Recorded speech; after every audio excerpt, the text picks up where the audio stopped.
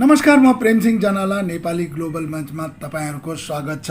विश्वभरि corona virus महामारीले त्राही त्राही मचाएको छ भने भारतमा यसको संक्रमण दिन प्रतिदिन बढ्दै गएको अवस्था छ। कोभिड-19 महामारीको रोकथाम तथा संक्रमण नियन्त्रणको लागि सरकारद्वारा जारी लकडाउनमा प्रवासमा हजारौं नेपाली कामगार दाजुभाइ दिदीबहिनीहरू अल्पत्र पर्नु भएका छन्। लकडाउनले गर्दा रोजगारी समेत गुमाएका हजारौं नेपाली कामगारहरू आफ्नो र परिवारको पेट पाल्न नसक्ने अवस्थामा पुगी भारतको अनेकौं शहरहरूमा अल्पत्र पर्नु भएको अवस्था छ। यस संकटको घडीमा प्रवास स्थित अनेकौं नेपाली संघ संस्थाहरू, समाजसेवी, राजनेता, व्यवसायी, सम्पन्न अस्थायी प्रवासी नेपाली सहयोगी मनहरूले सक्दो सहयोग गर्दै खाद्यान्न राहत सामग्री वितरण गर्दै आउनु भएका छन्। अर्कोतिर बेरोजगार भएको अवस्थामा स्वदेश फर्किन चाहने हजारौं नेपाली दाजुभाइ दिदी बहिनीहरू भारतको विभिन्न शहरहरूमा सरकारलाई स्वदेश फर्काउने वातावरण निर्माण गर्नुको लागि माग गर्दै आएका छन् भने यस विषयलाई अनेकौं नेपाली संघ संस्थाहरूले दिल्ली स्थित नेपाली राजदूतावासलाई ज्ञापन पत्र बुझाउँदै यस समस्याको पहल गर्नु अपिल समेत गरेका छन्। प्रस्तुत गर्दैछौं प्रवासमा कार्यरत नेपाली समाजका विशिष्ट सामाजिक राजनैतिक व्यक्तिहरूले कोरोना भाइरस लकडाउनमा अल्पत्र पर्नु भएका नेपाली कामदार मजदुर दाजुभाइ दिदी बहिनीहरूलाई दिनुभएको सुझाव, सल्लाह र पहल। भारत माता की जय। जय नेपाल। म धीरेन्द्र सिंह टमट्टा, भारतीय जनता पार्टी नेपाली समाज प्रकोष्ठ को महाराष्ट्र को संयोजक। साथीहरू, आज यो कोरोना को राष्ट्रिय महामारी में भारत में अल्पत्र पड़ेको सबै नेपाली दाजुभाइहरूलाई सादर प्रणाम छ। आज 1.5 महिनादेखि यो भारत में डिक्लेयर भएको लकडाउन में हाम्रो धेरै नेपाली साथीहरू, नेपाली दाजुबहिनी आफन्तमा पड़ेको भन्ने सूचना हर राज्यबाट हामीसम्म पुग्न लागेको छ। आज हर नेपाली दाजुभाइ आफ्नो दिन काटेर यो भारतमा बस्नु भएका छन्। यो कन्डिसनमा नेपाली दाजुभाइ जसरी पनि आफ्नो नेपालतिर पुग्ने, कसरी हामीले पुग्नु पर्ने त्यसको विचारले रात दिनै रोइरहेका छन्। यसो एक दुःखका बेलामा हामीले पनि अवश्य नेपालसम्म कुरा गरेर भारतको हाम्रो मान्छे नेपालमा कसरी सुखरूप पुग्छ त्यसको कुरा गर्न बार हामीले प्रयास जारी राखेको छ। आज सामाजिक अभियन्ता प्रवीण सिंह बिको हुन्, हाम्रा अरू साथीदार हुन्, नेपाली ग्लोबल मंच का हाम्रो पत्रकार साथी प्रेम सिंह जनाला हुन्। यी सबै माध्यमबाट भारतमा नेपालको राजदूत, दिल्ली स्थित राजदूतसम्म हमेशा संपर्क राखेर बातचित गरिरहेका छन्। मैले पनि 15 दिन पहिला नेपालको परराष्ट्र मन्त्रालयसम्म डाइरेक्ट बात गरेर हाम्रो देशको परराष्ट्र मन्त्रालय आज भारतमा पढेको अल्पत्रहरू नागरिकका लागि के गर्छ भन्ने सोधपुछ पनि गरेको हो। तर अझै पनि नेपाल सरकारको भन्न यो छ कि मेरो देशको नागरिक जो पनि देशमा अल्पत्र पढेको छ तिनले त्यही अहिले यो कोरोनाको महामारी सकिँदासम्म बस्न पर्ने हो। त्यसका लागि अन्य कोही पनि उपाय हाम्रासम्म छैन भन्ने कुरा पनि हामीसम्म जनाएको छ। तर यो भारतमा आजको 2 दिन पहिलादेखि भारतका अन्तर्राज्यीय प्रदेशमा एक प्रदेशको मान्छेलाई दूसरा प्रदेशको अंदर जानमा भारत सरकारले परमिसन दिइसकेको छ। आज भारतको पुना हो, सुरत हो, नासिक हो, यहाँबाट पर राज्यमा उत्तर प्रदेश, कर्नाटक यो जग्गामा लेबरहरूलाई जानका लागि अनि लकडाउनमा जो प्रदेशको मान्छेहरू आफन्तमा परेको छ त्यसलाई पुगाउनका लागि राज्य सरकारहरूले आफ्नो प्रयास जारी राखेको छ। यसै एक कन्डिसनमा हाम्रो अल्पत्र पढाएको नेपालीहरूलाई पनि एक आशा लागेको छ कि एक दिन म पनि मेरो देशमा अवश्य पुगुला। आज अन्तर्राज्यीय छुट मिल्नका यो सन्धिमा हामीले पनि कुरा गर्दामा पनि नेपाल सरकारबाट या नेपाल राजदूतबाट अहिले पनि अन्तर्राष्ट्रिय सीमा खुल्नको र भारतबाट नेपालीहरूलाई नेपालतिर पुग्नको कोही पनि स्पष्ट रूपमा विचार भइसकेको छैन भन्ने कुरा आज पनि नेपाल राजदूतबाट हामीलाई जनाएको छ। यसो यो कन्डिसनमा सबैभन्दा म यो अल्पत्रमा पढेको नेपालीहरूलाई एक विनन्ती गरौँला कि भाइ आज हामीले आफ्नो जीवन आफ्नो जान जोगाउन सबैभन्दा जरुरी छ। यो लकडाउन आज न भोलि सकिनै छ। उही दिनमा हामीले सबैले एकसाथमा भएर नेपालमा भारतमा बसेका अल्पत्र पढेको नेपालीहरू जो पनि नेपालमा जान चाहिन्छन् तिनको व्यवस्था हामी अवश्य गर्छौँ। आज पनि भारतीय जनता पार्टी नेपाली समाज प्रकोष्ठका माध्यमबाट केन्द्र सरकारसम्म महाराष्ट्रका नेताहरू आदरणीय देवेन्द्र फडणवीसजी, महाराष्ट्रका भारतीय जनता पार्टीका अध्यक्ष आदरणीय चन्द्रकान्त दादा पाटिलजी, हाम्रो नेपाली समाज प्रकोष्ठका सर्वेसर्वा अनि नेपाली समाज प्रकोष्ठका लागि हमेशा हाम्रो पछाडि रहनेवाला आदरणीय विजय भाइ गिरकरजी आमदार साहेब, यिनीहरूले आफ्नो प्रयास जारी राखेको छ। हामीले उनीसम्म निवेदन गरिसकेका छौँ कि भारतमा पढेका अल्पत्र नेपालीहरूका लागि केन्द्रमा बात गरेर आदरणीय केन्द्र सरकार आदरणीय मोदीजी, अमित शाह, परराष्ट्र मन्त्रालय इनको साथमा बात गरेर उसको साथमै नेपालको परराष्ट्र मन्त्रालयसम्म बात गरेर नेपालमा राम्रो गरी भारतमा बसेको सबै अल्पत्र नेपालीहरूलाई नेपालसम्म सुखरूप पुगाउने प्रयास और राम्रो कामगिरी भारत सरकारले गर्न पर्यो भन्ने हामीले भारत सरकारसम्म पनि आवेदन गरिराखेका छौँ। यो आवेदनका अनुसारमा धेरैभन्दा धेरै जल्दी भारत सरकारबाट र नेपाल सरकारको पहल वरिखण्ड यो भारतमा पढेका अल्पत्रहरू नेपालमा आफ्नो सुख शान्तिका साथमा पुगन्न भन्ने मलाई आशा छ। तर उत्तरसम्म हाम्रो नेपालीहरूले भारतमा पढेका अल्पत्र नेपालीहरूले आफ्नो जान जोगाएर यो कोरोनाका संक्रमणमा बाँचेर सबैको परिवारको संरक्षण गर्नु होला भन्ने म एक विनन्ती गरेर मेरो यो दुई शब्द पूरा गर्दछु। जय हिन्द, जय भारत, जय नेपाल। नमस्कार, म भरत रावल, संयुक्त नेपाली महासंघ मुम्बईको अध्यक्ष। तपाईहरुको माझमा पुनः म यो लाइभ भिडियो मार्फत आइरहेको छु। आदरणीय सम्पूर्ण प्रवासी नेपाली दाजुभाइहरू, यो भारतमा पुनः यो तेस्रो चरणको लकडाउन हिजोबाट बढिएको छ। मे 17 सम्मको लागि दोस्रो चरणको लकडाउन भर्खरै सकिए लगत्तै यो प्रवासको ठाउँमा हाम्रा तमाम प्रवासी दाजुभाइहरू अल्पत्र अवस्थामा थिए। यो दुई चरणको लकडाउन के कसरी हाम्रो आदरणीय प्रवासी दाजुभाइहरूले निकाल्यो भन्ने तपाईँ हामी सबै नै अवगत छौँ। यो महामारीको खण्डमा, यो महामारीको विषम परिस्थितिको अवस्थामा प्रवासमा भएका सम्पूर्ण सङ्घ संस्था, बुद्धिजीवी साथीहरू, समाजसेवी साथीहरूले हामीले प्रवासी जनताहरूको सेवामा रात दिन आफ्नो ठाउँबाट सेवा गर्दै आइराखेका छौँ। यो विषम परिस्थितिमा हामीलाई एउटा विश्वास थियो, नेपाल सरकार, नेपाल राजदूतावास यो विषम संकटमा हामी प्रवासी नेपाली दाजुभाइहरूको लागि केही गर्छ कि भन्ने जुन विश्वास लिएका थियौँ, त्यो विश्वास नेपाल सरकारले, नेपाली राजदूतावासले गुमाएको छ।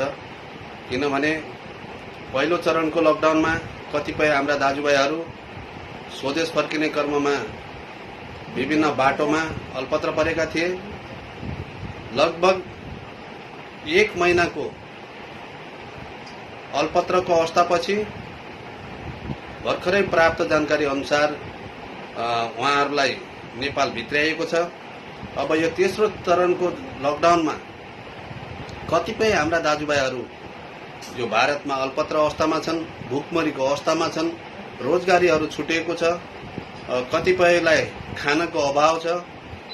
त्यो विषम परिस्थितिमा उहाँहरू नेपाली राजदूतावास, नेपाल सरकार, विभिन्न समाजसेवी दाजुभाइहरू, सङ्घ संस्थाहरूलाई सहयोगको लागि गुहार गरिराखेका छन्। तर सङ्घ संस्था, बुद्धिजीवी साथीहरू, समाजसेवी साथीहरूको अलावा न नेपाल सरकारले उहाँप्रति कुनै चासो लिएको छ, न दूतावासले चासो लिएको छ। म सरकार समक्ष पुनः आग्रह गर्न चाहन्छु, यो तेस्रो चरणको लकडाउनमा जसरी पनि हुन्छ भारत सरकारसँग समन्वय गरेर नेपाली जनतालाई आफ्नो देशमा फर्कने एउटा वातावरण कायम गरोस्। आज भारतको विभिन्न राज्य सरकारहरूले पनि आफ्ना प्रवासी जनताहरूलाई आफ्नो राज्यमा फिर्ता ल्याउने अभियान यहाँ सुरु भइसकेको छ। यो अभियानसँगै हाम्रो जनताहरू पनि आतुरी भइसकेका छन्। भोलिको अवस्था एकदमै जटिल छ। यो जटिल अवस्थामा भोलि नेपाली जनता रोडमा आउने अवस्था भयो, कुनै मानवीय क्षति पुग्यो भने त्यसको जिम्मेवार नेपाली राजदूतावास, नेपाल सरकार रहनेछ। आउँदो समयमा म प्रवासमा विभिन्न राजनीतिक पार्टीमा आबद्ध सङ्घ संस्थाका प्रतिनिधि साथीहरूलाई, सङ्घ संस्थाहरूलाई पनि अनुरोध गर्न चाहन्छु, उहाँहरूले खालि सरकारमा आबद्ध रहेर, पार्टीमा आबद्ध रहेर मात्र सरकार र पार्टीको अन्धभक्त भएर नबसौँ। किनभने हिजोको दिनमा नेपालमा जुन तरिकाले चाहे प्रजातन्त्रको लडाईँको लागि होस्, चाहे राजसत्ता परिवर्तनको लागि होस्, जुनसुकै अवस्थामा पनि प्रवासी जनताहरूको ठूलो भूमिका थियो। हिजो नेपालमा राजसत्ता ल्याउनको अवस्थामा जुन तरिकाले नेताहरू देशबाट यहाँ भारतमा लुक्नको लागि आए, त्यो अवस्थामा यिनी भारतीय नेपाली नागरिकहरूले, नेपाली जनताहरूले उहाँहरूलाई शरण दिएको, उहाँहरूलाई एउटा बचाउने अभियान गरेको थियो। आज पनि प्रवासका विभिन्न राजनीतिक आस्थावान संस्थाहरू भारतमा भएका आफ्ना कार्यकर्ताबाट विभिन्न लिपिहरू उठाएर पार्टीलाई पाल्ने काम, नेतालाई पाल्ने कामहरू गरिराख्नु भएको छ। म उहाँहरूलाई यही भन्न चाहन्छु, यो विषम परिस्थितिमा हिजोको दिनमा जसरी पनि पार्टीलाई पाल्नुभयो, नेताहरूलाई पाल्नुभयो, सरकारलाई पाल्नुभयो, त्यो राम्रो कार्य हो। तर विषम परिस्थितिमा सरकारको पनि दायित्व हुन्छ, आफ्नो नेताको पनि दायित्व हुन्छ, आफ्नो कार्यकर्ताको बचाउ गर्न, आफ्नो देशको जनताको संरक्षण गर्न उहाँहरूको पनि दायित्व हो। तर यो विषम परिस्थितिमा उहाँहरूले किन सोच्दैन? भारतमा बसेको जनता के नेपाली जनता होइन? के नेपाल सरकारको जनता होइन? के नेपाल र विदेशमा बसेको जनताहरू मात्र नेपाली जनता हो? त्यसैले म पुनः नेपाल सरकारलाई अनुरोध गर्दछु, भोलिको दिनमा जसरी पनि हुन्छ क्वारेन्टाइनको व्यवस्था गरेर राज्य साथै प्रदेशहरूसँग समन्वय गरेर, साथै प्रदेशको नागरिकहरूको क्वारेन्टाइनको व्यवस्था गरी जसरी पनि हुन्छ भारतमा भएका नेपालीहरूलाई नेपालमा फर्किने एउटा वातावरण बनाउनुहोस्। त्यसको समन्वयको लागि प्रवासमा भएका हामी सङ्घ सङ्गठनहरू आफ्नो तरिकाले सरकारको यो कार्यलाई सहयोग पुर्याउनेछौँ र अल्पत्र परेका नेपाली जनताहरूलाई पनि हामी आफ्नो ठाउँमा के कसरी सुविधाजनक वातावरणमा उहाँहरूलाई स्वदेश फर्काउने एउटा वातावरण बनाउन सकिन्छ, त्यसको लागि हामी पहल गर्नेछौँ। र पुनः म हाम्रो प्रवासी सम्पूर्ण दाजुभाइहरूलाई यही अनुरोध गर्दछु, आदरणीय दाजुभाइहरू, विभिन्न धार्मिक समाचारहरू फेसबुक र अन्य माध्यमहरूमा आइराखेका छन्। लकडाउन खुल्यो, हाम्रो सिमाना खुलिसक्यो र भारत सरकारले नेपाल पठाउने बसको निःशुल्क व्यवस्था गरेको छ भन्ने धार्मिक समाचारहरू आइराखेका छन्। ती समाचारहरूको पछि नलागेर आधिकारिक रूपमा जो दूतावासले जारी गरेको चाहिँ गाइडलाइन हो र यदि त्यस्तो केही धार्मिक तपाईहरूलाई हुन्छ भने पनि प्रवासमा रहेका सङ्घ सङ्गठनहरूसँग जानकारी लिएर मात्र घरबाट बाहिर निस्कनु होला भन्ने मेरो अनुरोध छ। किनभने यो भारतको अन्तर्राज्यीय बोर्डरहरू मात्र एक राज्यबाट अर्को राज्यमा जानलाई मात्र आफ्नो प्रवासी नागरिकहरूलाई यो सुविधा खोलिएको छ। त्यो खुल्यो भन्दैमा हामीहरू पनि त्यो लैलैमा लागेर भोलि बाटोमा अल्पत्र पर्ने अवस्था आउँछ। त्यसैले सोची सम्झी मात्र घरबाट बाहिर निस्कौँ अनि जहाँ छौँ त्यहाँ सुरक्षित बसौँ। र हामी बाँच्यो भने हाम्रो देश बाँच्नेछ र हाम्रो जनताहरू बाँच्नेछ। त्यसैले हामी जोखिमपूर्ण रूपमा बाहिर ननिस्केर अरूलाई पनि बचाउनमा सहयोग गरौँ भन्दै म पुनः जति पनि हाम्रा प्रवासी सङ्घ सङ्गठनका साथीहरू छन्, बुद्धिजीवी छन्, हामी अल्पत्र परेका नेपाली दाजुभाइहरूको आउँदो समय चुनौतीपूर्ण छ। उहाँहरूको सहयोगको लागि हातोमालो गरेर हामी अगाडि बढौँ भन्दै पुनः म सबैको सुस्वास्थ्य को कामना गर्दै म तपाईँहरू माझबाट बिदा हुन्छु। हस्, धन्यवाद। म नेपाली संस्कृति परिषदको अन्तर्राष्ट्रिय महासचिव तथा नेपाली कांग्रेस अछाम जिल्ला महाधिवेशन प्रतिनिधि। मैले भारतको विभिन्न ठाउँमा लगभग 15 देखि 20 वर्षसम्म नेपाली जनताहरूको बीचमा काम गरियो र नेपाल र भारतको सम्बन्धमा लाई लिएर पनि मैले काम गरेँ र आज भारत र नेपालको जो मित्रता छ त्यो मित्रतालाई लामो समयसम्म दिगोसम्म बनिरहोस् भन्ने इच्छा पनि छ। आज भारतको विभिन्न ठाउँमा, विभिन्न जिल्ला, विभिन्न शहर, विभिन्न राज्यमा कोरोना भाइरसका कारणले गर्दाखेरि नेपाली नागरिक जो रोजीरोटीको तलासमा गएका थिए ती अलपत्रमा छन्। भारतीय जनता पार्टीले राजस्थानको कोटामा प्रत्येक नेपालीहरूलाई राशन दिने काम पनि गर्यो। राजस्थानको चितोड जिल्लामा 40 जना नेपाली परिवारलाई राशन दिने काम पनि गर्यो। बम्बई जस्तो शहरमा भारतीय जनता पार्टी प्रकोष्ठ नेपालका अध्यक्ष, नेपाली समाजका अध्यक्ष धीरेन्द्र सिंहजीले पनि त्यहाँका नेपालीहरूलाई सम्हालिराखेको छ। भारतका मजदुरको विषयमा भारतीय जनता पार्टीको सरकारले एउटा स्पष्ट नीति बनायो। विभिन्न राज्यमा रेल मार्गद्वारा अथवा बसद्वारा आफ्नो आफ्नो स्थानमा पुगायो र आज भारतका मजदुरहरू आफ्नो घरमा पुग्न थाले र त्यसै म नेपाल सरकारसम्म पनि आग्रह गर्न चाहूँला, नेपालबाट जुन नेपाली नागरिक जो भारतमा रोजीरोटीको तलासमा जानुभएको छ तीनों नागरिकलाई नेपाल सरकारले भारत सरकारसम्म कुराकानी गरी नेपालीको सुरक्षा र नेपालीहरूको खानेपिनेको व्यवस्था त्यहाँ बसेका नागरिकलाई भारत सरकार गरोस्, नेपाल सरकार यसमा पहल गरोस् र यदि सकेसम्म संभव हो सकेपछि भारतमा बस्ने नेपाली नागरिकलाई भारत सरकारसम्म कुराकानी गरी रेलवे मार्गद्वारा अर्थात् बसको मार्गद्वारा नेपालमा आफ्नो नागरिक बुलाओस् र प्रत्येक नेपालको 7वटा प्रान्तीय सरकारलाई यसो व्यवस्था गर्ने आदेश देऊ कि भारतबाट आएका नागरिक नेपाली नागरिकलाई क्वारेन्टाइनमा राखेर उनको सुरक्षा होस् र जो कोरोना भाइरसले ग्रस्त भएका छन् उहाँहरूलाई क्वारेन्टाइनमा राखेर उसको औषधि होस्, जो छैन भनेपछि क्वारेन्टाइनमा राखिसके घर पठाओस् र नेपाल सरकार अहिलेको परिस्थितिमा ठूलो भूमिका छ। आज प्रत्येक विदेशी अमेरिकाले भारतमा घुम्न आएका पर्यटनहरूलाई पनि अमेरिका लिइसक्यो।